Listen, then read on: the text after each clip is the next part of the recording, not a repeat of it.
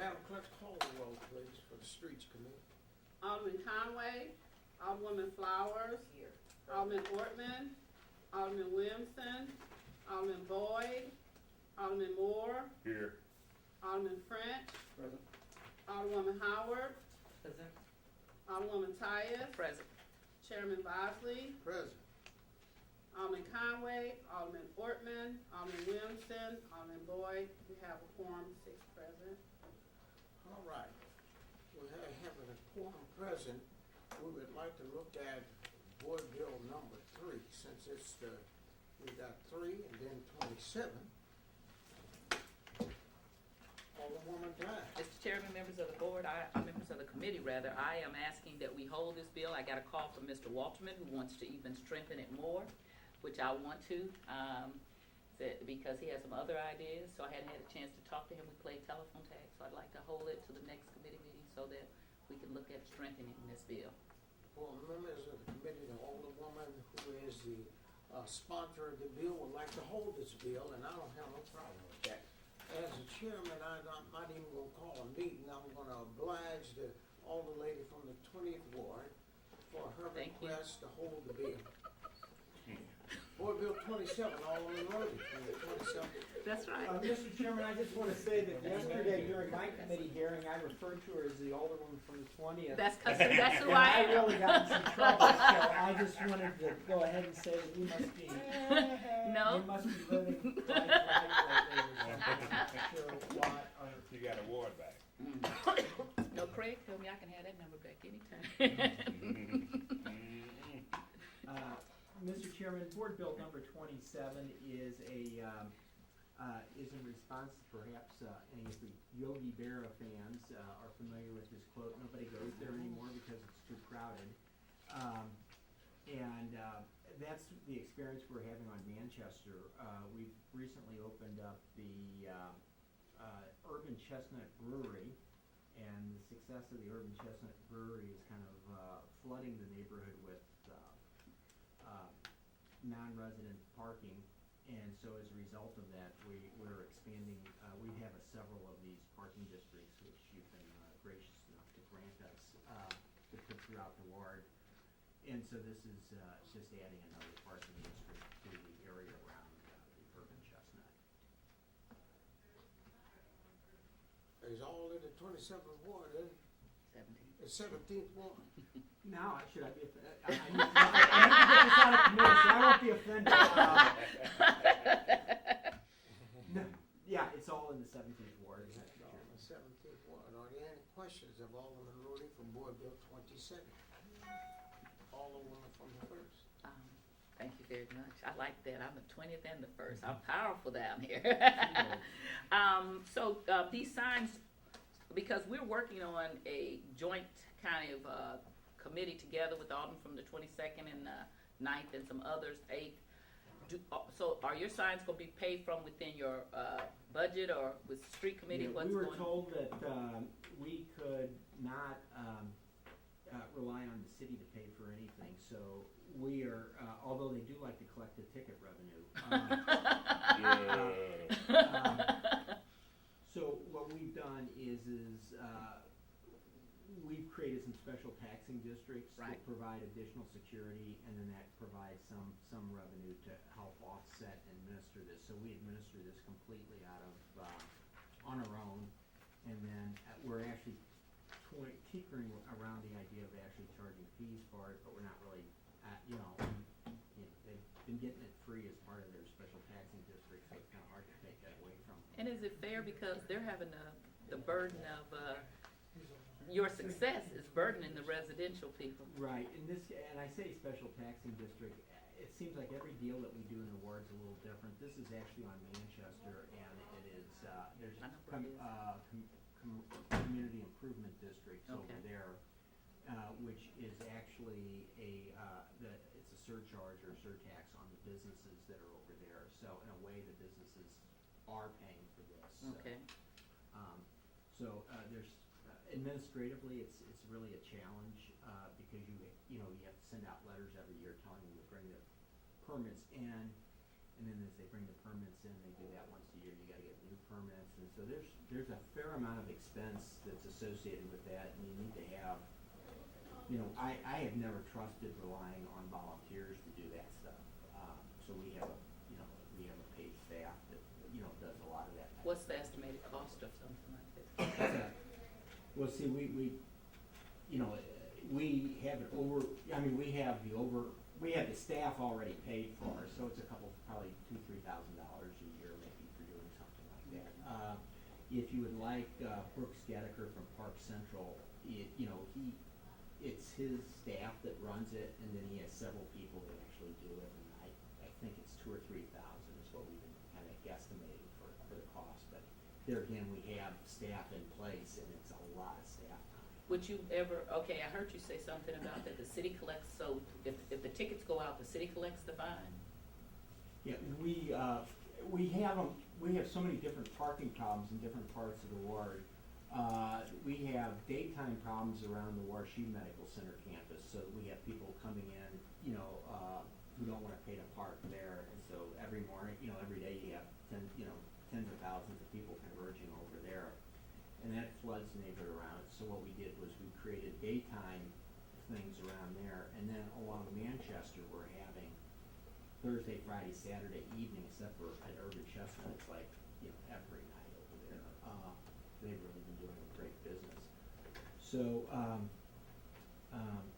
some of it's evening and some of it's daytime, and we try to avoid giving out tickets because you just don't wanna go ahead and leave a bad taste in everybody's mouth, so that they do a lot of flyering and stuff like that. But I think at some point it gets bad enough, though, you know, particularly what happens over around the medical center is the students, we have lots of students living over there and, going to school, and they usually give them an extra guest pass or whatever. Okay. And so what's going on is the students then get the guest pass and they give it to their friend from school who's trying to avoid, you know, a $40 or $50 a month thing. Next thing you know, so you have to kind of go through and clean it up, and every now and then they'll call the ticket people to come out. But who collects that? When you do finally write a ticket, who collects it? Does the city treasurer's office? Okay. Would you ever anticipate if we can put something more holistically for the city, doing it jointly, or are you satisfied with just? No, I would tell you there, and I've talked to our new treasurer about this, and I've generally been excited about her enthusiasm. But she has, I guess, a lot of baggage left over from the previous administration that she's trying to sort herself through. But there's a great book called The High Cost of Free Parking, which was written by a Yale economist and urban planner by the name of Shoup. And he has some best practices in there, and he no longer does consulting engagements, although he recommends people, and we've been, he's got a group out of MIT that he's been recommending, and so that group has been used at the Warshu campus, actually at my recommendation. And I'll tell you where I got the book recommended to me from was from Ben Shamer, because he turned me on to the book. But it's like it's like reading a phone book, and it's almost like an economic textbook, but it's best practices. And if we could adopt some of those citywide, it will have a huge impact on economic development throughout the city. It is one of the most thoughtful and kind of mind-altering books about, it altered my perspective on a variety of different things. And parking is just an enormous hidden cost that we're all bearing and we don't know about it. And our parking requirements in the city are just absolutely, obsolete. And, we should have, like on commercial districts on Manchester, we're starting to toy around with this stuff. But instead of doing, you ought to create a situation where you can do pay in lieu of. So let's say that I'm opening up a new venue, and I have the city mandates a 200-car parking requirement. Well, I should be able to go ahead, and if I only got 50 cars, I ought to be able to go ahead and be able to give you a payment in lieu of, so that instead of providing that, I go ahead and Pay the city up front. pay the city up front, and then put that into like a central fund. And then what you do is you go ahead and collect that money and build a shared garage that would then have, daytime parking, and then you marry that up with evening parking so that you wouldn't have redundancy in your parking requirements. And, that's just one of the things. Other things that are going on in other parts of the country are, they're all over the board. And the technology gives us incredible opportunities. You have situations where, the meter fees are shared, so like you can have, really high meter fees and you share that with the local business district. The idea then is, the most convenient, the most easy to get to parking, the parking that everybody wants, that's like $1 for 15 minutes. And then, if they wanna go ahead and park in a garage, they can park in a garage perhaps for $2 for the whole day. But what that'll do then is it'll keep the daytime, the folks who are gonna park all day in the garage, and then people who are gonna park on the street, it's freed up so you can run and pick up your cleaning or whatever. Goers. Yeah, there's just all kinds of strategies. When I was out visiting my son in, he goes to Caltech, and so went down to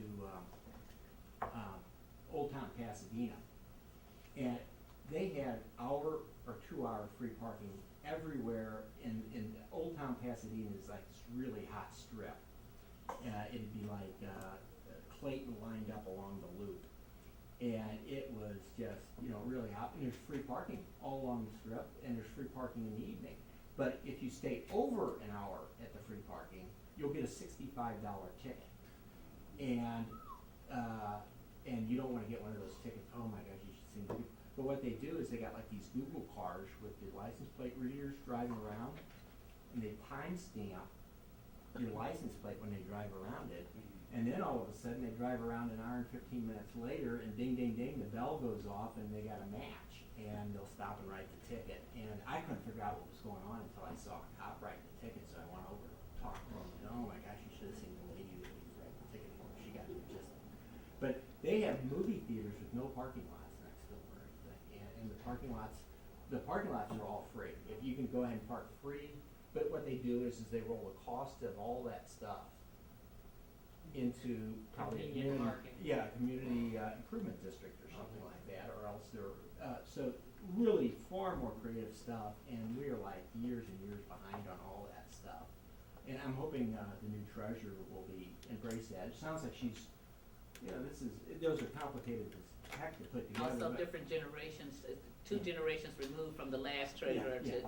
he could have been a grandfather. Yeah, and, So she's she's a little starting more to technical. experiment a little bit with the credit card payments over in the West Right. End, but I think we really have a long way to go on that stuff, and there's lots of opportunities in stretches like Manchester, Cherokee, or, all of downtown. So your answer to wrap it up is that you would, or would not entertain if we could No, put we something would, together? I would love to figure out a way to do that, and I think Okay. if we had cooperation of the treasurer's office, that would even be better. Well, what I was thinking is, since you were, I know, Dalton from the Ninth has been doing some things, and so if we could kinda join with somebody that's already successful and maybe present that to her so that she doesn't have to go through so much, research about it. Mhm. If it's already successful someplace, I think the Alderman from the 28th, from when McGuire was here, I think it's one of the first people that, introduced, I think he that started concept. it, but he Right. never got one up and running, and I don't, I thought he did. maybe he did, but I think we're up to 4 or 5 of them now. Okay, so I just wanted to pull some things from people that were already successful, and I just wanted to know if we could do it jointly, so Mhm. that we wouldn't be having everything, so, and I know maybe yours, cause yours is different, we don't have that, problem of too many people in the daytime or anything like that. We have problems with, near parks, or near churches, or, just neighbors who are very rude. I have a thing, when I'm looking for, I have seniors that are 90 years old, and they will not give them a break. They will park right in front of the house. So I've been throwing around about, can we have senior parking or something like that? Mhm. Because, I mean, to me, if you're 19 years old, why would you park in front of somebody's house who's 80 or 90 years old, or their caretaker who has to go there? So, if you, so I'm open to all those Okay. things. I would like to think that we could get really creative with that stuff, though.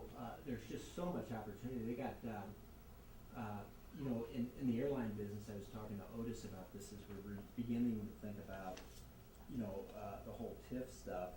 The airlines do it where it's kind of just-in-time pricing, you know, and they do that with street meters now. So like, if the meters on Manchester, I'll use that as an example, we have kind of light turnout during the daytime on Manchester. So, you know, you go ahead and it's 50 cents an hour to park at a meter.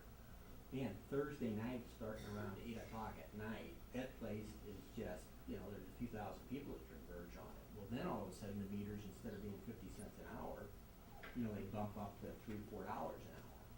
So you have that kind of variable pricing that you can go ahead and adjust, and, you know,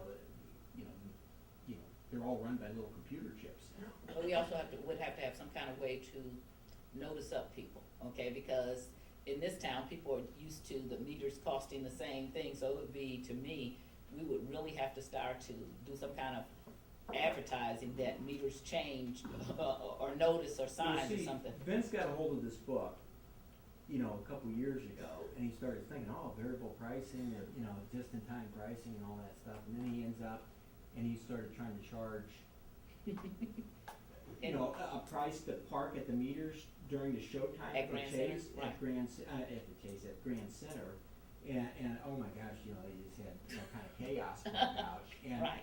part of it, I think, was, you know, and because I was debriefing him on a little bit on some of his experiences, is they had problems, you know, the capital cost of putting in the new meters were, even though you can generate a lot more revenue from them, the treasurer's office at the time, I guess, didn't have the, you know, the money to go out and install the new meters. And Grand Center didn't either. So they're sitting there using old meters trying to do this, and was that the problem? You're smiling over there, was that the problem? Did you know the inside on that, or? Yeah, they didn't have the equipment, the technology that they have now, they were using the old stuff. With the new equipment out there, you can do anything you want with those meter rings. Yeah, but how do you notice people up? Because that, to me, is the problem. If I have been used to paying 25 or 50 cents all day, an hour, and then all of a sudden now I have a variable rate, if we don't have signage out of this world and some kind of campaign that says, hey, in this area, we're doing this different, then you're gonna have a revolt. Communication, Yes, communication, exactly. communication, Right. you're right. Okay, so that's, Well, just kind of follow up on what we were talking about the other day, I mean, when we talk about competing and creating value, value isn't just bricks and mortar, value is also services. And, you know, if you're living near downtown Clayton, in some of the streets north of downtown Clayton, they have these parking districts, and the city been had them for administers, years. the city administers those things, and they don't have any problems at all, you know, and it's just, it's part of the package, you know, and so when we began doing our kind of, strength and weakness analysis and really started trying to benchmark what our services are relative, we're talking about trying to go after, you know, kind of a post-baby boomer, and we view Clayton as being a real competitor of ours. We think that we have better architecture, we have, you know, we have the park, we have as much employment as they do. They have a cleaner, crisper infrastructure, but, you know, for the kids without, you know, for the adults without kids, you know, the school system isn't, but, and of course, they're much more homogeneous, and which is fine for some people, but lots of people are gonna like the diversity of the West End. So when we start benchmarking ourselves and thinking about what our brand is relative to Clayton, you know, one of the things that we have to think about is the services that we're providing, whether it's security, which is the reason why we created the special taxes districts, the pedestrian level lighting, you know, our focus on infrastructure, but then also on things like parking districts and stuff like that. So as we're trying to compete with them, we need this type of stuff, and we can't get it from the city, so we have to figure out how to create it on our own. I don't have any further questions. I'm sorry we took we wandered through a lot of things. Yeah, Sorry I'm about sorry, that, I- Mr. Chairman. Flowers. No questions. Alderwoman Howard, No questions. Alderman Moore, How are they identified in the residents, how they identify, are you using a placard or a sticker or There's something? a hanger for the meter that we use. Who's gonna print that, the city? That's part of the several $1,000s of cost that I was talking about. So we have to figure out a way to pay for that. Currently, we're paying for that on our own through the special taxing districts. You know, I'm one of the co-conveners of the COGIC, which is one of the largest conventions that come to the city of St. Louis. And we were millions of dollars on the table. And when the change of guard for the treasurer's office between Larry and Chisara, we were getting 400 or 500, bringing 80,000 people. They were giving us 400 or 500 passes for parking free, basically for the officials of the Church of God in Christ. And we were denied this time. And we're about to lose that convention. This is the first time in 103 years that this convention has been taken out of Memphis, Tennessee, and brought to St. Louis. But because of that one perk that the treasurer refused to let us have now, just to get these guys parking, they're about to pull out. Nashville is really working on us to get that convention out of this town. I just think it's amazing. But I also saw, I rented a car by mistake. Not renting a car by mistake, but I rented a car. And in there was a placard that was distributed to a certain group for courtesy parking. It's an orange placard that you hang on the window. And according to the new treasurer, it was, she was breaking the charter by giving free parking to anybody in the city of St. Louis, and I just thought that was really a bad deal. But anyway, I'm glad to know that they're gonna have the little hanging placard from the window like we have now, the little pink stickers that we Yeah, have. just so you know, those are not parking good in front of meters. What it does is it creates a parking area, around your home, your residential street. So she's not giving away, I don't wanna get the city treasurer in trouble. She's not giving us free parking, she's just going ahead and designating certain parts of the city as parking by resident only, which is authorized by, I think, city, we have a enabling ordinance. Will it say no parking, residential parking only or something? Yeah, during certain periods of time, yeah. All right.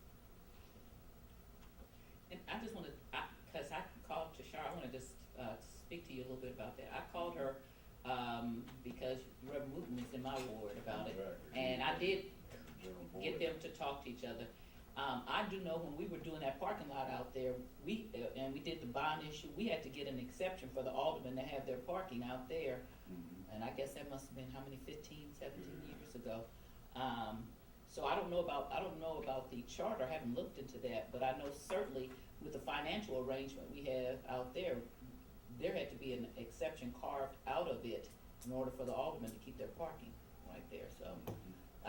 But what I would suggest we do is call her and ask her what part of the charter, and let's look it up, okay? Well, what alerted me was, Joe was saying that, they kind of pay up front, and it would be nice when we negotiate those contracts with the conventions, that we added in the package, that they pay a certain amount of money She for may be open to a that. certain amount of, and based on percentage of the size of the convention, each convention wouldn't get 200 tickets if you got a large convention and what you expect. And if it doesn't reach that mark, then we charge you for the little extra parking that you get. So I think it would be a great idea for us to be able to negotiate, but it was just no negotiation at all. And we were just kicked out of the meeting, period. And it was not a satisfactory kicking. Okay, I'm gonna take that for her and say, remember, when you following somebody who the feds were in your office, you have to be very careful about what you're Understand. doing, okay? Cause you don't want the feds, nobody wants the feds or the IRS to come visit them. I was there, and when I walked in the room, she told me not to bring the COGIC lawyers, but when I got there, it was 8 people in the room. Okay, I'm sorry. That's what Patrick do. Are there any other questions? Alderman, French? No question. If there are no other questions on Board Bill 27, I'll entertain a motion to pass it out with a due pass recommendation. So moved. Second. Madam Clerk, call the roll. Alderman Conway, Alderwoman Flowers. Aye. Alderman Ortman, Alderman Williamson, Alderman Boyd, Alderman Moore, Aye. Alderman French, Aye. Alderwoman Howard, Aye. Alderwoman Tyus, Aye. Chairman Bosley, Aye. 6 aye votes.